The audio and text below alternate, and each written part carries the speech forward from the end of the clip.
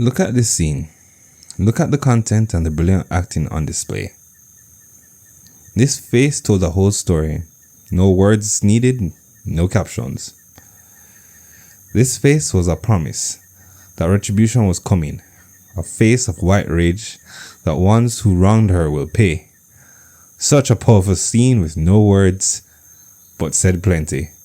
That death and war will be coming. That this next season will only be for revenge and a woman's wrath for the death of her son. Oh, yeah. But that's not what we got, was it? This was my first whiplash of season 2. In season 1, Rhaenyra was betrayed. People who swore fealty to her were murdered, and her father's death was sudden and up in the air. Remember, her father was killed suddenly, and in the same night, the Greens took action to subvert her claim to the throne. So like Daemon, the Greens look extremely suspicious, and she too could think that Alicent and the Greens killed their father. After the Greens took lords sworn to her and beheaded them, and then finally Aemond and Vakar, well, chomped down on her little boy. These harsh circumstances should have taken peace talks off the table completely, regardless of the past that you share.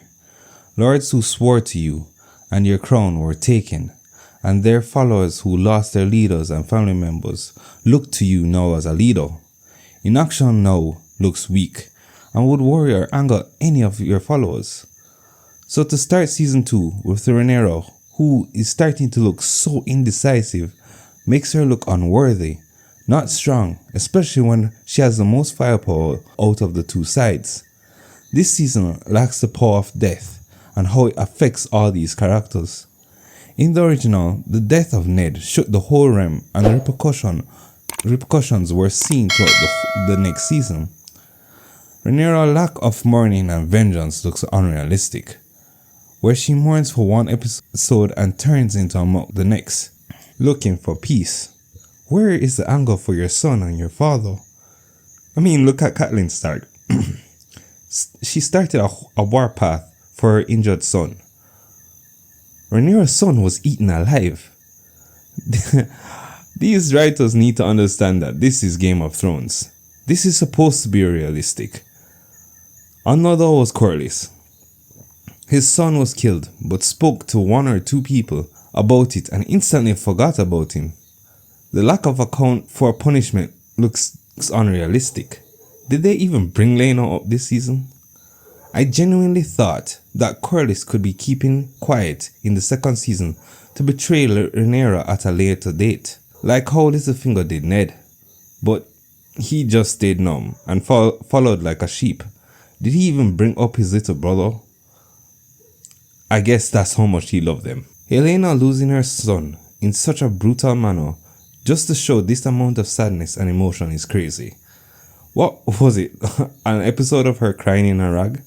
This is her son, her heir. Where is her anger, her decline to madness? Wasn't this her firstborn? Are the showrunners trying to say mourning for the loss of your kids for a lengthy period of time is weak?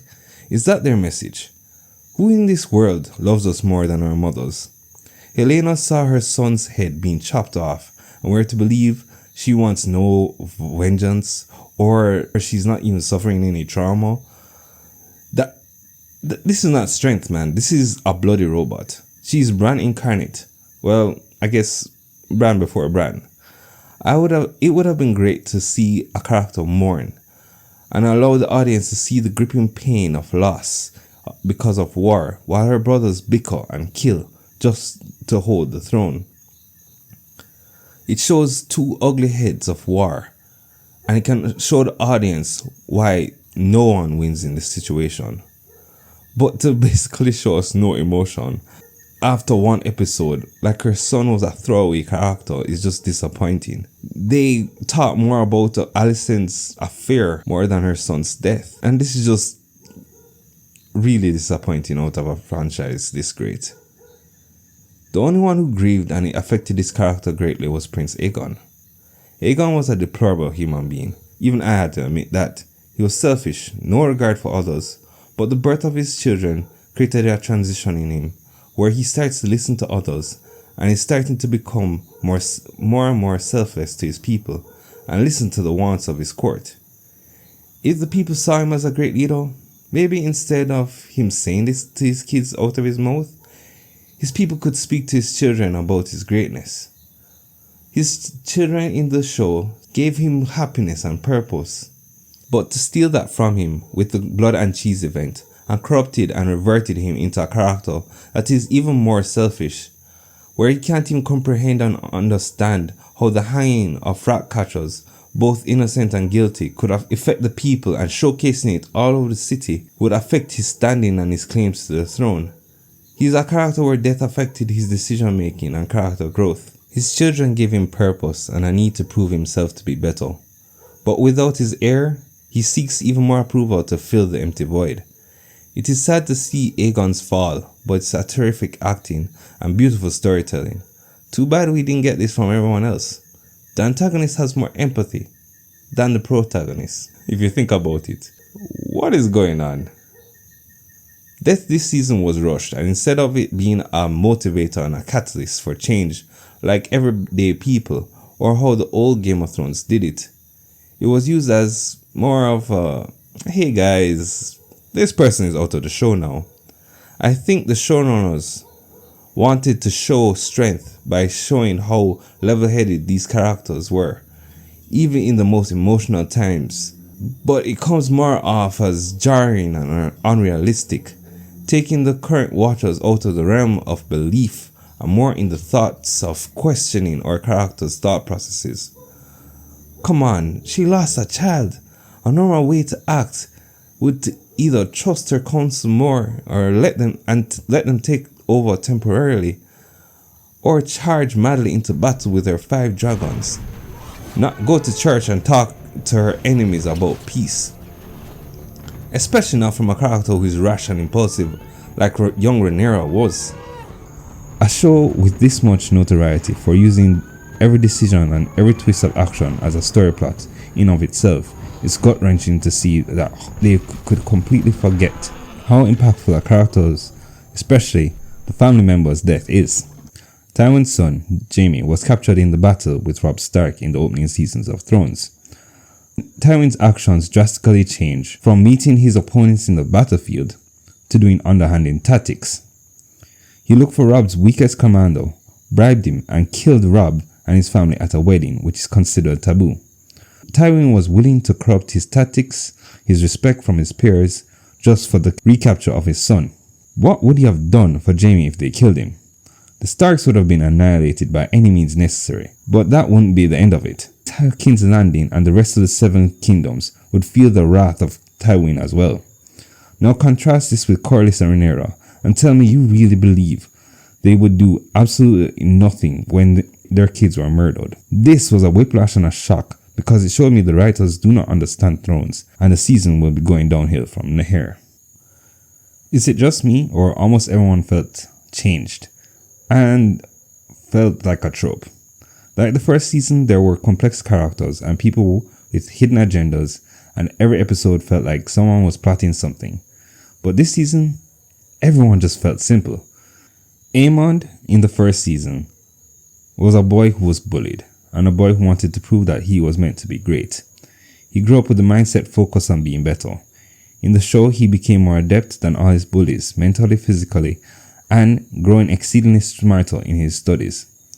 It's shown even more so visually, with him being the tallest out of all the Targaryen boys. Although Aemond was focused and ambitious, I never felt he wanted to rule. They tried to make him a hard parallel to Daemon, but there is a difference between a man that wants to prove his worth versus a man who believes he is deserving and is naturally better than others. A pride versus arrogance, for a simpler comparison. The show wants us to believe because you are heavily ambitious, you want the throne. Like Corlys, for example. But not every ambitious man is like that. There's a weight to the crown, a demand of a person's time and knowledge. Aemond lives for the thrill of battle and being in the front lines. We're expected to believe he would just give up his sword and just take on the demands of the throne. I just don't believe he would want that. Daemon, on the other hand, has nothing to prove. He believes he's naturally better and should be crowned over his brother. He has a love of the sword, but his lust to be seen and respected make him crave the crown even more, and you can see the willingness to drop the sword eventually. Aemond reminds me of a Jaime Lannister type, naturally gifted and cocky, but wants to be remembered not by his standings but his valor on the ground and on his dragon. The show, I feel, is in season 1 portrayed them right, but in season 2 tried to create mirror images of him and Daemon. Daemon wants admiration and respect. Aemond has no care for others, but just wants to earn his valor in battle. One would be devastated if the court would have no respect for him, and the other couldn't even care less.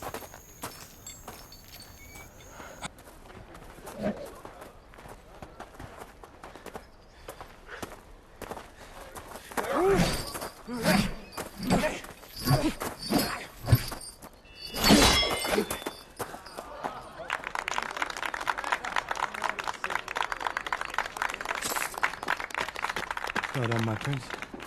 You win in tourneys in no time. I don't give a shit about tourneys.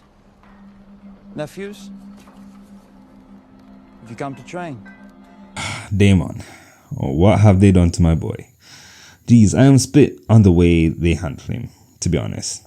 I get they wanted to humble him, but I really don't know about the execution. Season 1, he was driven and established his character as a competent leader who needed no one else. But here, they put an imaginary roadblock in his way, forcing him to contemplate on his actions like he was a grown man child. My only question is, if the place was so damn haunted, why didn't he just get up and leave? Nobody's pride is that big. They just refuse, or they're too stubborn to just leave it alone. He can't swing his sword at it, and it's clear that he's losing his mind, so why stay? There's pride, and then there's just plain stupidity.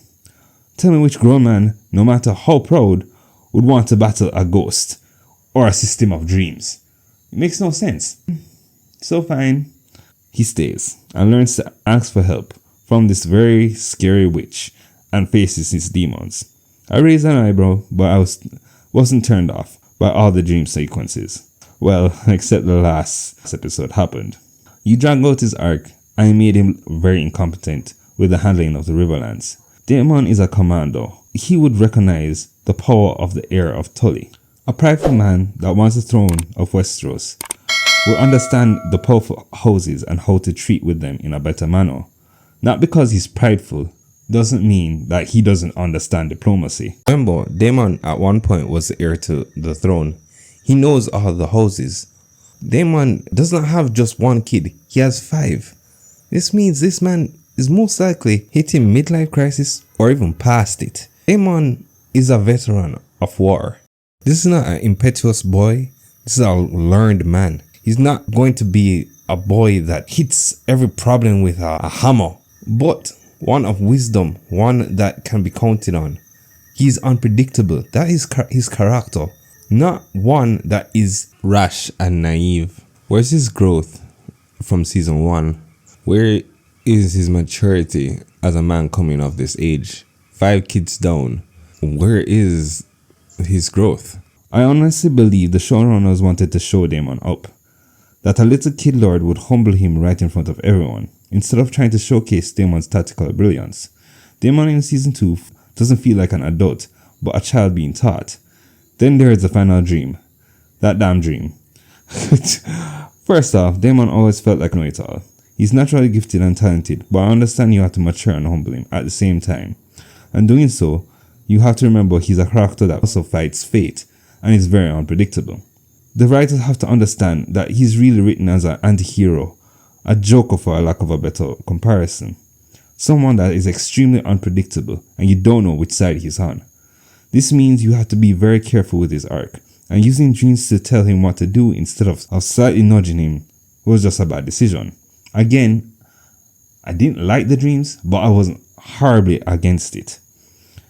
Daemon really did need the humility. Letting him see his decision and how his selfishness hurt his brother and his niece was an okay way to go.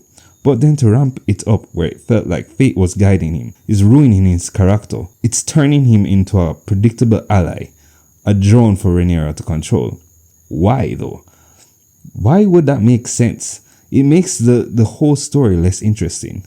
The question of whether he will do his own thing or do what Rhaenyra wanted was part of the mystery of the show.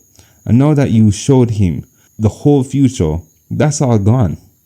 If you allowed him to see the visions and how he created his family so much pain, letting him come to his own conclusion, it would have been so much better than showing him the future and forcing him to follow down a path made by fate. Something that is the antithesis of Daemon himself. Otto, yes, even Otto had some weird moments. Although I loved him mouthing off to Aegon, it was still unlike him.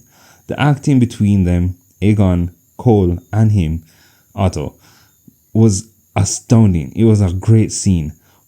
But it's so unlike him. Otto is very cold and calculated. I don't think he would ever be this angry to go on back-to-back mouthing off with the King of Westeros. He knows his house is at stake with every move.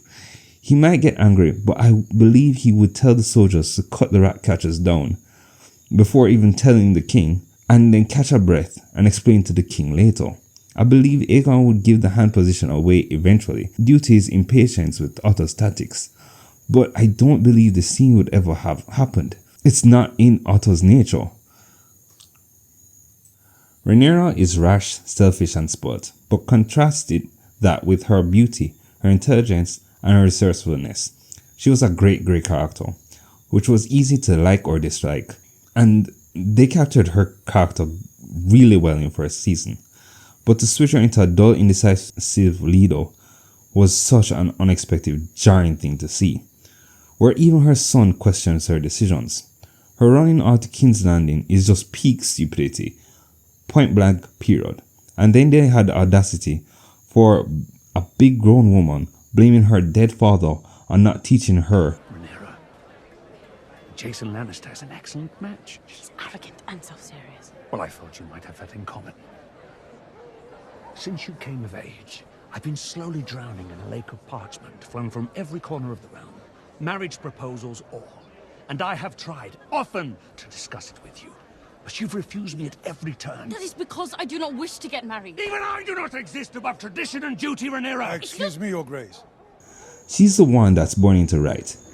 But she spent no time trying to learn strategy. And then when she has counsel, she doesn't do the kingly thing, which is to listen and learn, which Aegon, who is contrasted on the other side, is doing very well. Well, that's until he jumped on his dragon. She had twice the time as her brothers but failed to use it. Her father gave her advice to wed someone powerful, and to give her credit, she eventually did it. But she backstabbed her own support by having kids that are obviously not of Laenor, and later killing Laenor as well. She's lucky Corlys didn't leave her then, or betray her, like how Littlefinger betrayed Ned. Now try to make her into a leader, a paragon of peace, from such an irresponsible person, in such a fast pace, is just too hard of a sell. Season 2 felt like a totally new character, who just complains instead of learning to delegate. Rhaenyra just looks bad, but I always felt she was a fierce person, who was willing to listen, but her major flaw would be to act quickly after without processing things properly. She should carry out more dragon raids, but her indecisiveness made countless bannermen pay dearly for her slow actions. The writers desperately want to paint her slowness as an act of putting off the war, and her councilmen as bloodthirsty men.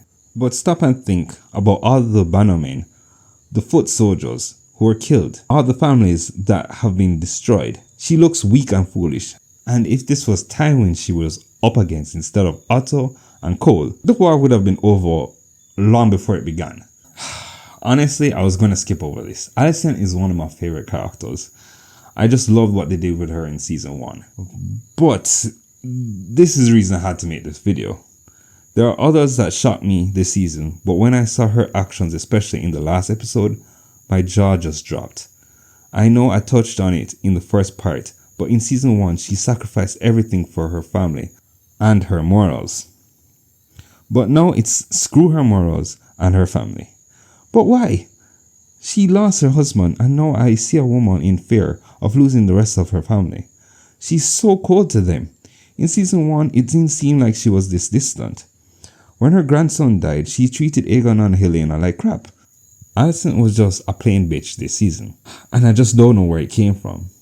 Alicent really, if you really think about it, she felt like a copy of Rhaenyra.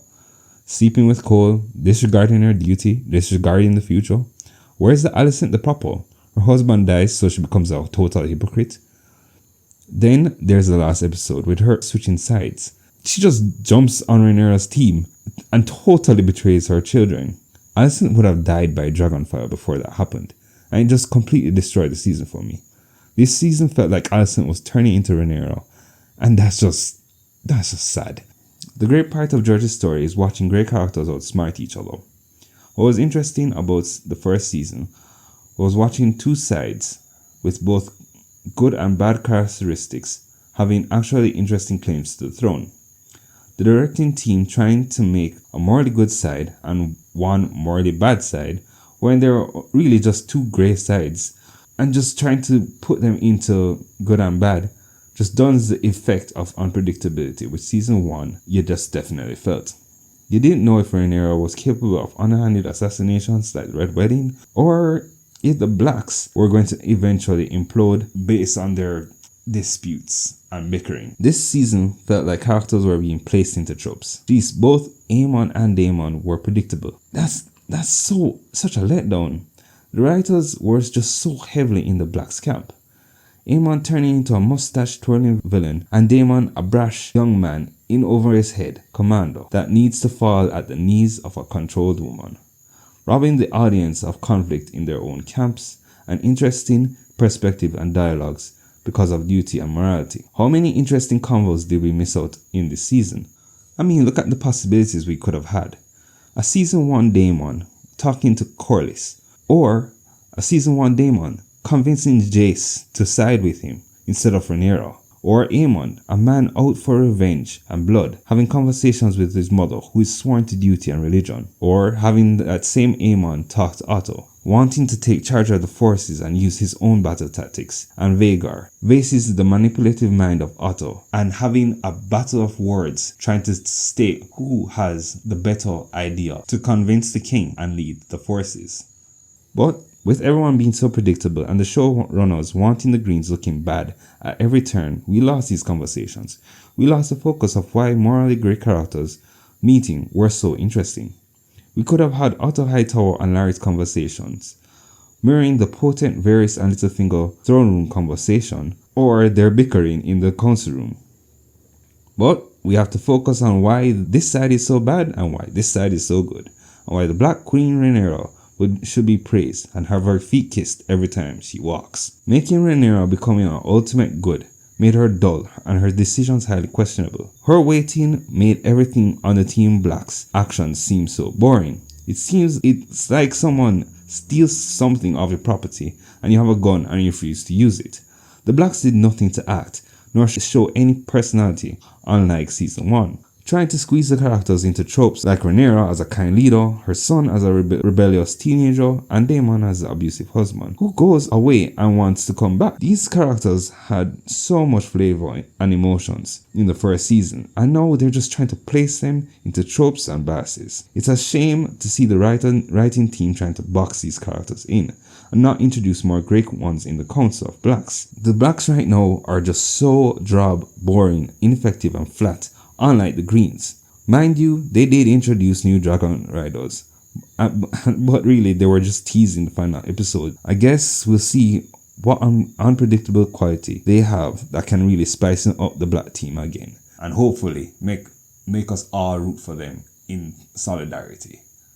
Don't get me wrong though, the showrunner Ryan Condal gets a lot of things right, giving agency and actual plot to Helena, making Aegon a sympathetic plotline, Viserys of course making a competent leader that went down as a great king, showing Otto and Larys look strong and competent as thinkers, even with minimal screen time, and of course nailing Aemond. Well, up to the season finale where he was just twirling his mustache. He gets a lot of things right, but where he's steering the story is scaring me. Why are you bringing Game of Thrones Easter eggs as hard as you're doing in the series finale? And you should be desperate trying to separate the story from Game of Thrones, not trying to bring it closer. Member berries at this point in this show drags your show down, not up. The season did well, but it could have been a lot better. It fell down even lower than season 1 did. And for season 2, especially about story that's a prequel from Game of Thrones, that's a letdown. Boy, taking away from Daemon and Aemon, predictability was just another hard blow for me. This season felt like a step back with so many great setups made from season 1. And that's, again, so heartbreaking. It was a scary step forward with this season, and I hope that they don't throw out any more Easter eggs from the original story. I don't want to see any more bloody daggers anymore.